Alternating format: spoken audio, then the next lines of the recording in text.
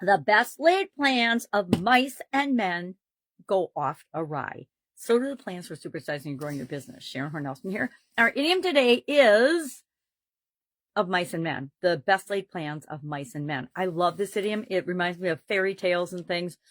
And you would think I would have mice around me, but thankfully I do not have any mice to use as props today for this video. I'm sure I have toy mice or a couple of mice that go on the Christmas tree, but I haven't unpacked those things yet. We haven't done our Christmas tree yet. So what does this idiom mean? Where does it come from? And how might you use it to build and grow and supersize your business? And make sure that you anticipate that your plans are not always going to work out according to the way you map them out and strategize. Things are going to go wrong. Things are going to happen in the world and outside of your control that need to be taken into consideration that you probably couldn't even have considered. Think global pandemic, right?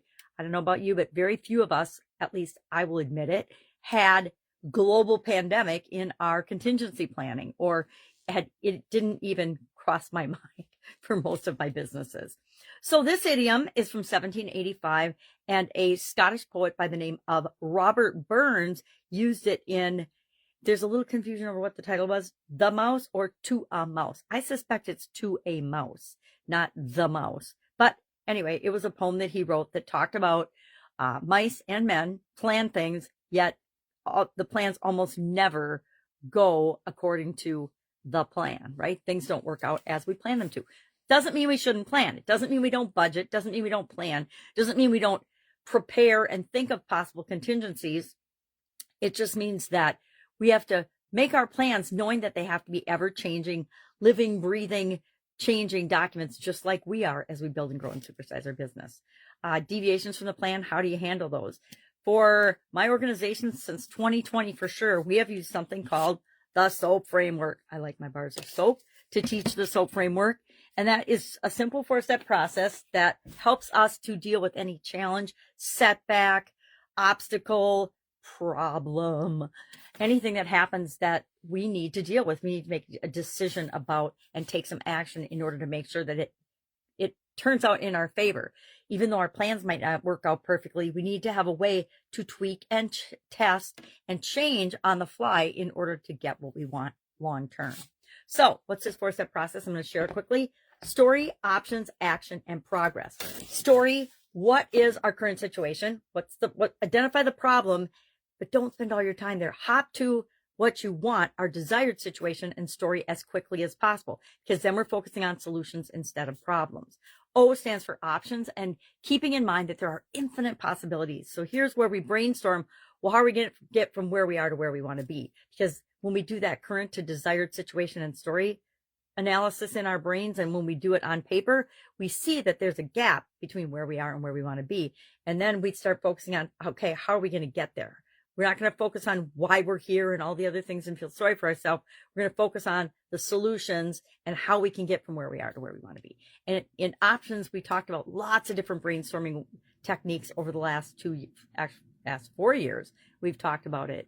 So what are different ways you can brainstorm options to keep us out of that dual mentality where we think that there's a paradox where we only have one or two solutions, that there's only one or two things we can do. Either we quit our job or we, do something unethical. Either we close our business because we've had a problem, or we figure it out. I say figure it out.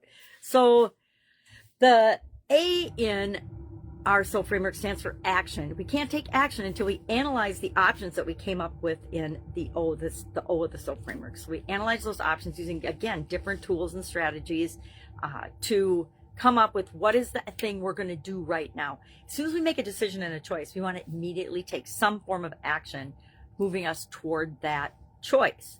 And finally, P stands for progress. How do we know if we're moving in the direction that we want to go? Sometimes we do stuff, believe it or not, that actually moves us backwards and away from what it is that we want. And what do? How do you tweak and change and take another action? I just go back cycling through and through that model. Reminds me of Plan, Do, Check, Act from my quality days in college, learning about quality engineering and things. And that is a model, that's a framework that I still use today. Hey, I got this problem, plan, do, check, act. What am I going to do? So that's our idiom for today. I like this one. It reminds me that no matter how prepared I think I am, which gets me to action faster, right? If I get into paralysis analysis or analysis paralysis because I'm analyzing, researching, studying, trying to get all the information to create a plan that I think is going to work the first time, I'm just practicing an exercise in futility, because I know that no matter how prepared I am, I'm going to have to figure some things out on the fly. So that's my take on this particular idiom. Love to know yours. Share in the comments below. And I'll, of course, be with you tomorrow with another interesting idiom. What does it mean? Where does it come from? And how might you use it to supersize and grow your business? Have a fantastic day. Bye.